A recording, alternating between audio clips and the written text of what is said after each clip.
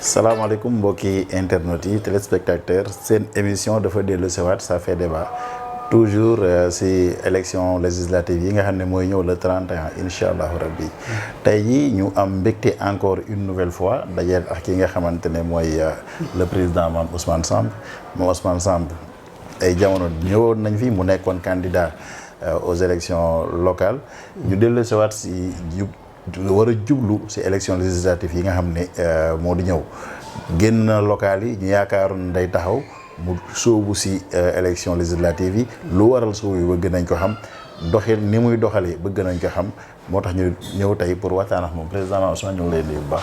Alpha ñu ngi leen di fay. vraiment di leen ziara di leen balu àq. ci xew-xew yi génne yëpp di leen ci ndokkeel. vraiment di am toujours un plaisir partager ak yéen ay plateau ak ay échange ak ay waxtaan. surtout ces émissions yu am solo yi ngeen di def ñu di ko suivre nag partout. chaque fois vraiment bu ngeen koy def. mais ñu ngi leen di fay bu baax te di leen sant. macha allah merci beaucoup président Ousmane ginnaaw bi ñu génnee si élection locale yi. nga xam ne demoon nga si ak les moyens yi nga yoroon ñu gis résultats yi. ñëpp dañoo defoon analyse yu bëri dañu ne woon le président Ousmane bu génnee si élection yi dootul duggal yeneen élection. élection législative yi ñëw ñu gis la nga soobu si ginnaaw Abdoulaye Diouf Sarr nga xam ne moom nga doon liggéeyal ay jamono. nga xëccoo moom maire bi yéen ñaar ngeen ñàkk. nga dem rangé wu si ginnaaw pour jàppale ko législative yi ndax mën nañ xam lan moo waral loolu.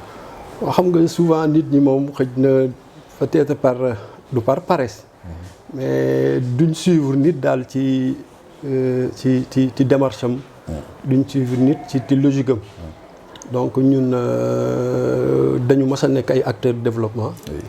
Bon loolu nag ça ne veut pas dire que vraiment doo def politique. Et au contraire tey boo seetoon le sens noble de la politique. Je pense que mooy ñi mu njëkk interpellé mooy les acteurs de développement. Mais les choses sont tellement liées que yow dëgg la mën nga am penchant inclinaison ci ñu gën la xam ci développement activité de développement. Mais est-ce que loolu mën na génn politique non. Est-ce que dina la xañ dina la tere bu choix jotee nga def ko non. te li suñu kilifa gi du baax daan wax ne soo ne je suis neutre mu ne la contre qui. te wolof di ko wax ne njaboot du seetaan.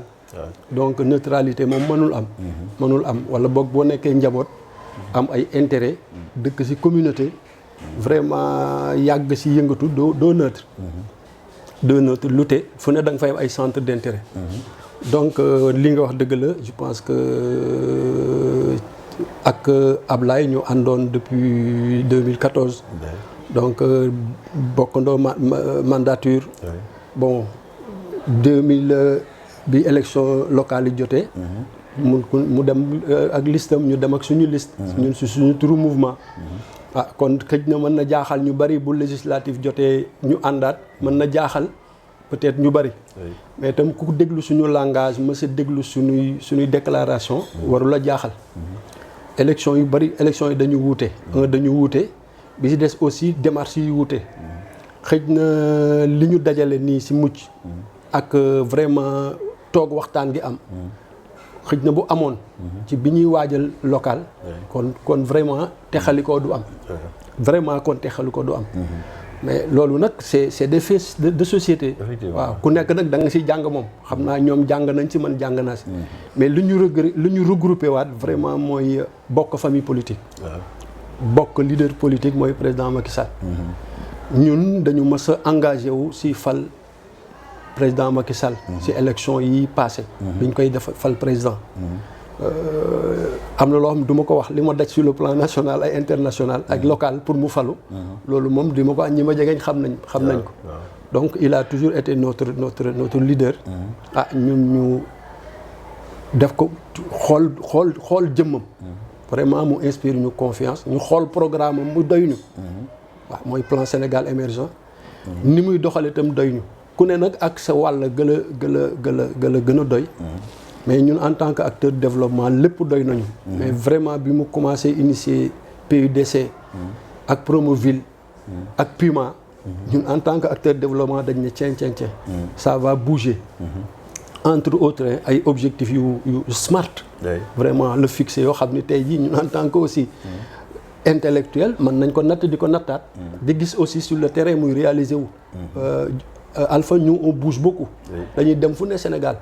kon nous sommes censés xam ndax yëf yi ça va dans le. yéen au niveau de votre quartier Mbengeen seen comité électoral taxaw na fan ngeen tollu si liggéey bi ak yan démarche ngeen di def. waaw démb nag dañ ci dund lu nu neex quoi vraiment démb la Mbengeen aye woon pour recevoir donc Ablaye bon ñeneen ak yeneen leaders yi nga xam ne ñoo bokk Benno Bokk Yaakaar bon may saluer vraiment même di compréhension boobu mu am aussi comité local bu Mbengeen boobu la am Maam Alsane moo ko jiite ak xale yi mais ñoom itam vraiment noonu lañ yaatale ba daanaka ñun suñu xale yëpp dañu dem bokk ci réunion préparatoire tournée bi fii mais mu sedd suñu xol nag vraiment parce que ànd nañ ànd boo xam ne daal vraiment même ñun sax bi ñuy def campagne defuñu ko dugg ci kër kilifa yi wax ak ñoom sillonner tout le quartier àndandoo sans répit c'est-à-dire presque de 10 heures à 19 heures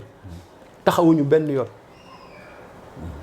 benn yoon on a sillonné le maximum du quartier am na yu des sax te loolu ñu ngi leen ci jéggalu tey rek la ay nit di oote waat ne romb ngeen kër ga de dugg leen fa te damay wax ni biñ koy def amoon na léeg-léeg nit koo xam ni boo waxee mu ne la daf ma romb nuyu ma mais damay wax ne koo romb du nuyuloo ko mu mer sa nit la koo romb rek nuyuloo ko mu mer sa nit la koo romb tam duggoo këram mu mer sa nit la parce que bu dul woon sa nit yoonam newul ci yow donc ñu ngi ciy jéggalu temps bi moo xatoon te affaire u mbooloo yombul mais daal ñu ànd nag def comme ni ma wax lu ñu neex vraiment ànd en groupe retrouvailles am sans protocole waaw man j'aime pas les protocoles vraiment sans protocole nit ñi aussi ak lu bon yaak ñoom yéen a dëkk mën ngeen bañ a wuute xalaat mais wuute xalaat yàqul ak dëkk vraiment te souvent bu expliqué te amee rek nga xam ne bu kii jàpp bàyyi woon lii kii jàpp lii wala kii jàppali rek loolu du am adduna nag dañ ci jàng bés bu jot mais daal vraiment ñu ngi ci à fond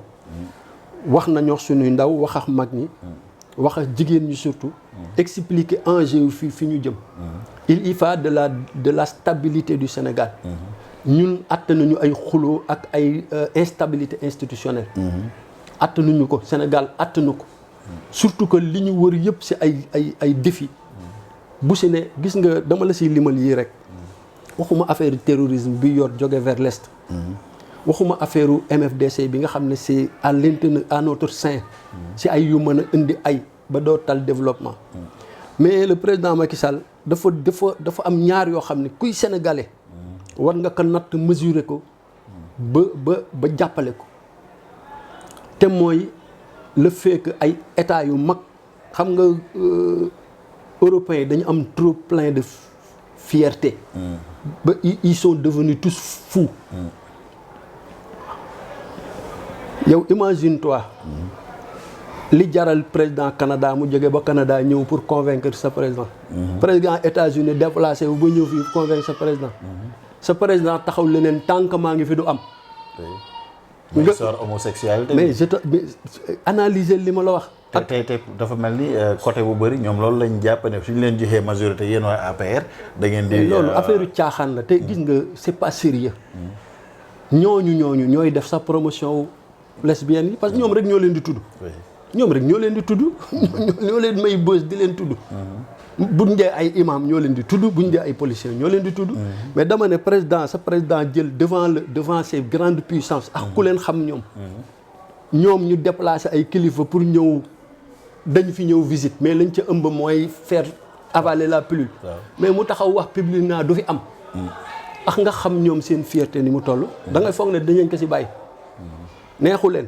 te tey dama dégg Macron mu wax deuxième bi mooy affaire guerre Ukraine ñoom ñu imposer ñu jël leen position président Macky bañ c'est pas notre guerre te il a raison duñ ñu ko baal te dégg naa président français bu mu wax tey ni di traiter d'hypocrite africains yi regarde-moi ce langage là mu sànq ci télé bi mi ngi woon Congo il traite d'hypocrite certains présidents africains yi refusaient jël position sur la guerre c'est-à-dire que ñooñu diplomatiquement lañ koy couvrir mais duñ ko baal Macky Sall waaye mais ñooñu waaw à l'horizon 2023 gii gu jege ngii ñi ngi xaar ay pétrole te ñooñu ko gën a soxla di xaar ay gaz mais ñooñu nga foog ne ils vont nous laisser en paix mais loolu réponse bi moo woon président sénégalais bu nekk wéer sa mbagg si mbaggu président de la république. pour dooleel ko parce que ils perdront aucune occasion. pour semer le bordel dans notre pays. ku xam européens yi xam ne loolu mooy seen modus operandi. buñ la gësamee nga bañ ñu indil ñu sa lëx la yamba. indil la ay. donc pas mal de problèmes yoo xam ne waroon na tax. vraiment kuy sénégalais nga am mesure. bañ a oo ay yow bañ a oo ay. mais bu fekkee nag da nga ne non nañu dem amoo benn objectif bu dul nañu wàññi dooleem bu demee assemblée bu mu fa majoritaire. pour que ñu bloqué ko. pour 2 ans. personne ne peut l'empêcher d'être le président. de terminer son mandat incha allah da koy yeggali. li nga mën nag mooy vraiment nous retarder nous divertir. alors que balaa boobu waroon nañ pare ñun. pour jouir de notre gaz et de notre pétrole te il est en bon chemin. effectivement léegi au niveau local est-ce que xalaat nga par exemple que yow après élection yi amoon nga 400 et quelques voix su ma juumul. ndax yow ndax gëm nga versé ni ñu waxee versement automatique boobu nga xamante ne que ñëpp ñi nga xamante ne voté loon nañ la ils vont suivre sa tendance boobu pour dem. votel benn waaw bu fekkee li taxoon ñu votel ñu nit ñi tam bu ñu lay votel vraiment affect mu ngi si. nga wax convaincre leen mi ngi si. du dëgg. ah man wóor na ma ne ñi nga xam ni am nañ affect bi sama wàll. li ma doon wax ba convaincre leen ñu ngi continuer di ko wax ñu ngi nii di ko wax. bu fekkee si looloo taxoon ñu ñëw ils vont continuer de nous soutenir. bien que nag tu respectes quand même. vraiment la position de tous les ñooñu sax mu amoo seen fay. parce que am na ñoo xam ne sax xamoo leen. dañu toog dégg nga wax rek ñu ne ci kii laa jëm. noonu tam mën nañu dégg ñun si on n'est pas convaincant wala ñoom tam gis nañ ñu leen doy ñu dem foofu aayul.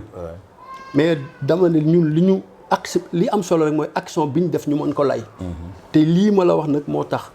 fekk nañu si vraiment ñu nekk si mu doy ñu. ñu épouser sa vision. yaakaar ne le Sénégal et même Yoff mën na tirer son épingle. ci opportunité yi nga xam ne moom la PSE. présenté te am nañ ci lu ñu doy. bon dañ ma daan laaj ne est-ce que da ngay tu es comptable de li xew mairie ma ne bien sûr. waaw parce que lu toll ni quai de pêche bi. aay na nga ne bokkuma si. kay si suñu kanam la yeggee. ak yeneen pont bi. stade bi nga xam ni bu doon suñu sago tey mu pare. ak yeneen. mais yooyu xam nañ ne vraiment buñ capté ces politiques publiques. mais c'est parce que sur le plan général. quelqu'un l'a initié ba ñun man je suis sûr que des na. mu ngi dépendre suñu cohésion ak notre suñu ànd. vraiment pour mën a plaider def le plaidoyer nécessaire. pour Yoff mën a jouer sa carte. donc loolu nag je pense que daal benn opportunité échappé wuñu. benn échappé wuñu. parce que gis nga un acteur de développement kenn mënu ko empêcher mu liggéey. surtout bu fekkee da nga am association am mouvement. bien lépp kenn mënu la empêcher. loolu moo tax mu neex waate noppale. moom boo gañee boo gañewul moom le champ est libre devant toi. waaw donc yooyu daal mooy le côté personnel. waaw mooy le côté personnel. maintenant nit ñi nag da ngay wax ak ñoom borom yi xel lañ. de toute façon candidat bu ñëw di nga expliquer mais lu ñu jàpp. mooy bu dee problème représentativité am nañ ko fa. Ablaye incha allah député incha allah. bu doon suñu sago du fa toog di ridicule. te mooy dafay toog ñu ne mooy yow amoo légitimité les Sénégalais aiment ça. parce que sa base amoo kenn dañ la bu doon suñu sago mu toog fa ak doole. ça nous ouvrira d'autres opportunités. loolu mooy da nga bëgg a wax mu toog fa même majorité bi baax na mais Abdoulaye Diouf Sarr reconquérir Yoff. mais bien sûr ñun. acharnement bi ñu amoon pour vraiment conquérir Yoff moom lañ bu ko ëpp lañ am fii parce que bële peut-être pour ñun la woon ak suñu ambition à Yoff mais bii c'est pour notre leader c'est-à-dire celui qui définit la politique globale de développement du Sénégal enjeux yooyu ñoo ëpp fuuf parce que dafa mel ni Yoff ëmb la bu ñu dugal ci gaalu Sénégal c'est ça quoi. moom est-ce que am ngeen confiance. mais bien par rapport aux résultats yi passé. oh là là amoon na doole en fait am na doole. un acteur. jullit et un acteur. ak nit kese du ñàkk confiance. parce que sa doole ngay ute. sa doole ngay ute moom tant que soufflé ñu ne fin. mais confiance lan nga ko basé bu ñu gisee résultats yi fi jaar. non te diggante bi 6 mois la 7 mois. résultats yi fi jaar ñi gañe sax ñi gañe. mënuñu la wax lu tax ñu gañe. mais est-ce que am na lu changé. mais bien sûr xam nga vraiment bien sûr Alpha ñun suñu formation c'est-à-dire suñu métier. observer la ak analyser. mais des fois il se passe des phénomènes. dans le monde des fois il se passe des phénomènes. te phénomène dafa naqadee décrypter. waaw mais des fois il se passe des phénomènes yoo xam ni. après coup nag ngay déglu nit ñi li ñuy wax ak seen comportement. j'ai entendu ailleurs des gens que on s'est trompé. loolu élément la pour quelqu'un qui analyse ou bien un chercheur. waaw mais kenn ñi gagné mënuñu wax li tax ñu gagné. parce que proposé ñu lu ñu proposé wul ñun. moo tax c'est phénomène. c'est un phénomène. waaw c'est un phénomène bon ça a trouvé maintenant un champ fertile. waaw mooy man xam naa ne suñu ñàkk ànd lu ñu xañ moo ñu ko teg. waaw loolu man xam naa ko te ñi ma ko war a wax naa leen ko ne bu ñu àndoon duñ ñàkk yéen tam. effectivement toujours ni yéen ko gisee mbégte la ñuy am dajeex invité yoo xamante ne échange day riche day am qualité. dañ siy jàng ñi ñuy seetaan aussi di si jàng tey jii président Ousmane balaa ñuy jeexal. émission bi comme ni ma ko waxoon tey moom tënk la rek. balaa ñuy jeexal ban message ngay am pour en fait je veux dire ban message ngay lancer les Yofois. boo xam ne war nañu mën a convaincre pour ñu voter leen. mais man de manière globale pour l'intérêt du village c'est d'être lucide. de ne jamais miser sur la violence pour régler un problème. Des questions de communauté ne se régleront jamais. man daal dama bëgg ay historien wax ma où dans le monde le chaos, violence,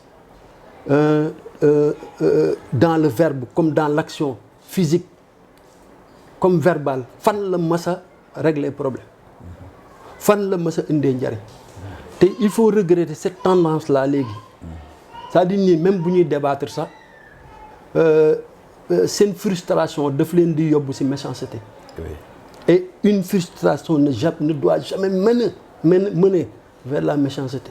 On peut être frustré ma rombal nuyuma la nga mer mais pourtant day boo ma daboon bu ma la non gannaaw teel sol da nga ma romb nuyu la ma ne waaye alpha baal ma àq dama la gisul. mais bu fekkee loolu dafa dem ba ci méchanceté balaa nga maa expliquer ne li tax faalewu ma la nuyoo ma mais tu vas être méchant envers moi wala je vais être méchant avec toi. Surtout pour les jeunes man je suis d'accord ku nekk votel fi la neex mais ki ngay votel na la wax fi mu la jëmee. Et puis lucidement si tu n'es pas à mesure de comprendre mais demandel man kat diw laay va et puis échange yooyu aussi du am échange ñii dañuy taxaw fële di wax ñi taxaw fii di wax mais toog sax ci benn plateau ku nekk wax de manière constructive c'est très difficile. bon am na ñoo xam ne dañ ko ragal te waruñu ko ragal ku bëgg fi ngay jëm daal nit ñi moom sama benn waju daal naal ku yanu nit di yëggeex moom juróom-ñetti aljana war nga ko wax foo ko jëme waaw yanub néew jëggeex moom juróom-ñetti aljana di dem aljana dugg benn ba juróom-ñetti yëpp jeex doo ko wax foo ko jëme kon waxtaan ak convaincre si la war a mën a juddu mais pas si frustration may lancer appel les jeunes lancer appel les femmes nañ déglu ñëpp ñi leen di woo ak vraiment ñu nattaat liñ leen di woowee lan la parce que la say metti mooy gis nga acte boo posé tey balaa nga kaa posé waat 5 ans. c'est ça qui est redoutable. c'est-à-dire le choix bi nga def tey jii bu fekkee da nga ko def à la légère mais les conséquences c'est pour 5 ans. buy njariñ dina la jariñ juróomi at. mais buy gaañ daf lay gaañ juróomi at. donc ñu yaakaar na ñun on est assez averti ci choix yi ñuy def.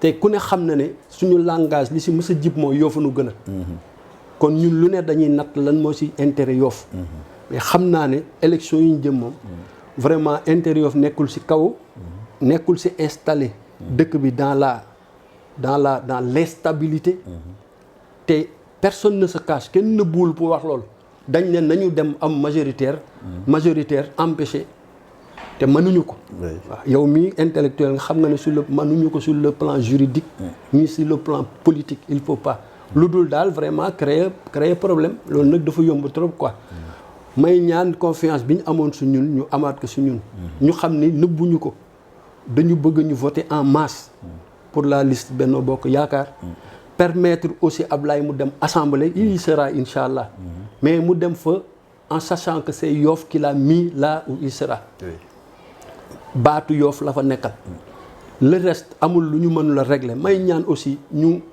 dal bare yaa na ñuy revendiquer. tu me permets di ma def si benn bifurqué. mooy suñu doom yi ñu jàpp. mais loolu ñun ñii liñ ci daj. gisuma ko si daj. gisuma ko si daj ci ay démarches. ak jël ay initiative mais nit ñi nag liñ bëgg am mënul nekk. mënoo di wax ak kilifa si biir néeg di génn mel ni ne sa marché ba di wax. te yooyu du régler si marché. mooy kaawu maam mais bien sûr ak du maam Birane Mbengue rek. ak Ndongo Seck mu ngi si. du ñooñu ak waa Ngor ak waa Wakam. man mii liñ ci jël si initiative te li tax ñu jël ko mooy. dañu dem ziara Ngor Wakam Yoff Tànk. leur cas c'est invité à la ziara. parce que fañ toog la waa Ngor ne mais mënuñu fi ñëw ay borom ndomb tànk ne fi ñun ñëpp. te duñu wax nattu bi ñu bàyyi suñu gannaaw. il faut que ñu wax ko fii. kilifa yi dégg ko. ba ñuy dem yóbbaale ñu xalaatu bu ñu demee poser fa suñu doom yooyu seen cas. du seen cas rek ak kaawu suuf si. bi ñu demee si estrade bi la ñu concerté wu noonu. saltige Mamadou saltige kii ma nga fa. Ndëbaan.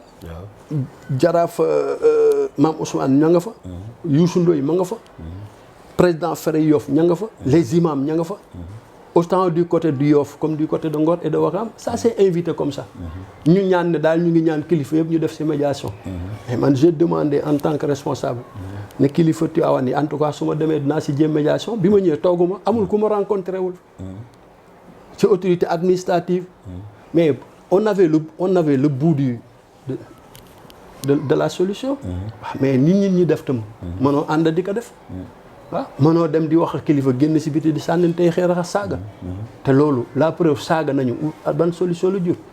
donc ñu xam ne amul c'est-à-dire que buñ ne kenn defu si dara nit ñaa ngi siy def lu ñu mën ak seen méthode. mais yow kay bu fekkee da nga am méthode du dem sànni xeer si tali bi pour solution am na koo xam ni. mën na am solution te du sànni xeer.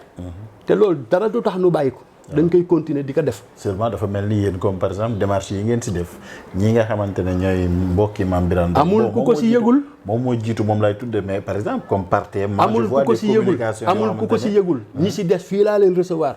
wax leen ne donner une chance à la médiation amul ku ko si yëgul. amul ku ko si yëgul. pourtant on vous accuse yéen waa. waaw d'endormeur.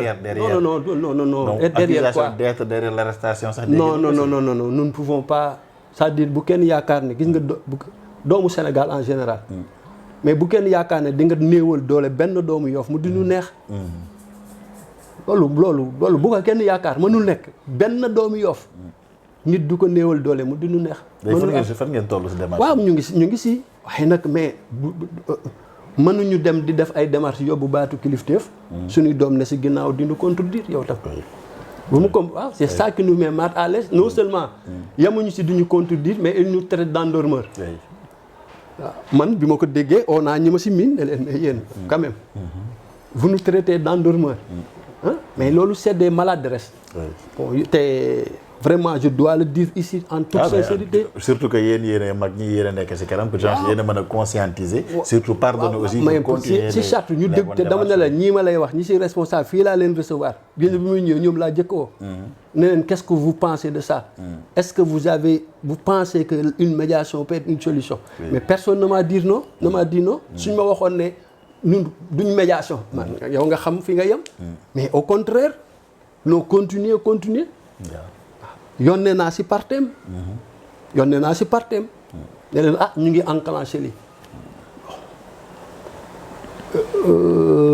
bu ñu renier sunu état Yoff wa waaw quand on est dans un village dafa am profil bu muy jox nit te mënoo ko bañ mënuma ko bañ.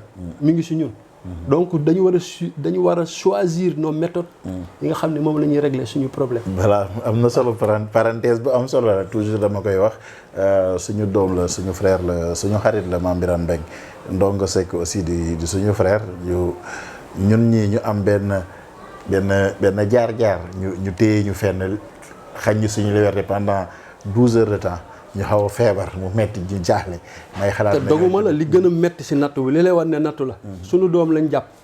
mais ki ñu dénk sécurité wu Ndakaaru. mais suñu doom la. nga xam ne bu si fayiree un peu rek. mais commandant Abdou Mbengue. dëgg la. suuf si ñuy xëccoo buñ ko jotoon wàllaa ma ngi si. dëgg la. il se retrouve dans nos revendications. te nii Mame Birane nekk suñu doom bañ jàpp ko. mu metti ñuy laaj lu ko gi ki ñu dénk sécurité wu Ndakaaru mais suñu doom la mbokkam la. dëgg la moom tam dañ ko war a affaiblir. on doit prêter le flanc pour wax que ne tu n'es pas à la mesure de tes responsabilités. dëgg la loolu natt yooyu mettiwul.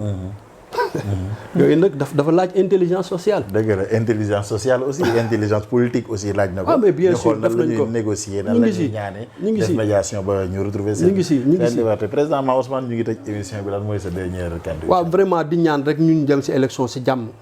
waaw ñu ngi yaakaar nag am vraiment on a 1000 espoir. que ñooy gagné ba yàlla def li ko sopp yàlla nag moom vraiment looy uti da ngay sabablu. da ngay jóg mettre tous les moyens de ton côté. juróom nit ñi jëndoo leen. mais itam foo bëgg a dem man ngeen wax ne fii laa bëgg a dem lii laa leen yéene. loolu nag bu fekkee mooy maye ndam incha allah daañu am ndam si kàttanu yàlla. donc gagné majoritairement à Yoff ambee ngeen d' abord. gagné ko à Yoff gagné ko à Dakar. vraiment gagné ko pour tout le Sénégal. donner au président Macky Sall une majorité confortable mu gouverner dans la paix. Vraiment et la concordance. Pour que vraiment les défis de développement qui nous interpellent ñu àndandoo relever ko. loolu mooy c'est notre conviction. ba nit ñëw nag convaincre ñu wax ñu ne boobu baaxul. ñun ñu soog la toppi. ñun tam lii la ñu yaakaar ne daal c'est la voie du salut. voilà. Merci beaucoup seen émission la woon ça fait débat comme niñ ko commencé woon di def ay entretien ak ñi nga xamante ne ay acteurs de développement lañ ay acteurs politiques la yoon incha allah rabbi suba ñu am beneen gan incha allah jërë ngeen jëf.